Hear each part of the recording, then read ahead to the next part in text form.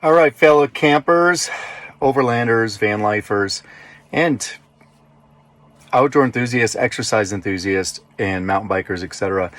So I like to travel with mountain bikes because you can't just send your butt all day and drive all day. And I've been driving for several hours now. I had to stop for several hours as well to work. And so I've been sitting on my butt for a long time. I'm tired of it. It's a little, finally, it's still pretty warm. It's about 5 o'clock in the afternoon. I'm in a new place I'd never been, even a new state I've never ridden in. So I'm excited to go for a ride, check out some local trails here. I use trail forks to find local trails, mountain bike trails and things like that while I'm on the road. And then if I see some cool local trails, I'll zoom out, find some local trails somewhere I'm going to be later in the day when it's cool or in the morning, and I'll go to that spot and ride those trails. It gets me some exercise, which is absolutely key. We got to exercise every day. Gets me out, gets some fresh air, gets me to see a place. It's so like you remove so many barriers when you're out on a trail and you're exercising with others, whether they're walking their dogs or going for a run or a ride as well.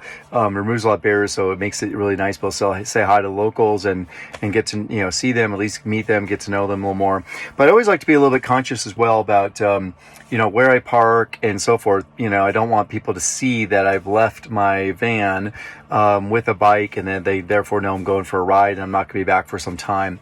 So I like to park in a pretty open place, maybe a little bit of cover with some trees or things like that, or by other cars, somewhere I'm kind of blending in with like the environment, not necessarily like being totally standoff and way out on my own.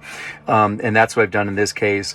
I'm with some other vehicles here. I'm near kind of a park at the trailhead, and I even pulled a couple of the curtains slightly closed just to block some of the light out so I can more discreetly just get dressed in here. And I just kind of duck down behind the seats or stuff so I can get dressed without having to like really pull the curtains all the way. But that way nobody around can see them getting dressed or anything. I see people where they are, and I even know where people are before I started getting dressed, because when I first got here, I went ahead and went outside and I just casually walked over to the restroom building, used it, and I'm just kind of scoped the area out. Just took a little walk, through the park here and just kind of checked out who's here and what they're doing, and just try to make myself look like I'm just part of them. I'm just, part of the environment here. So I'm not just some strange, vehicle that pulled up and so forth. So I think it relieves little tensions and so forth with others as well that are about what I'm doing.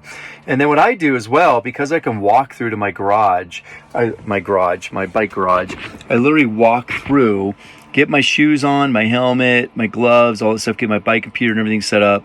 Right now the bed's down just above the bar height, so I'm going to raise it up so I can more easily get the bike out that I'm going to ride, put my water and everything in there, and that way I go out the back door and I am totally suited up, ready to go. I just have to close the door, lock the van, and jump on my bike and ride.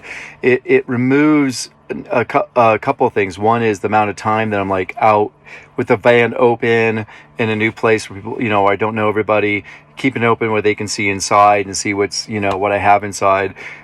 Two, it also allows me to quickly like get on my bike and go and not like be really obvious that I'm going for a bike ride.